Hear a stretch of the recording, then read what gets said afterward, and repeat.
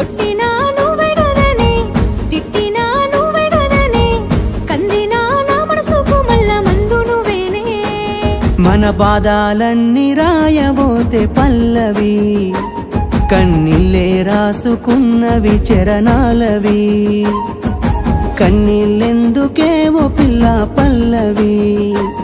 ఈ లచ్చుమయ్య గుండెలు పిరున్నది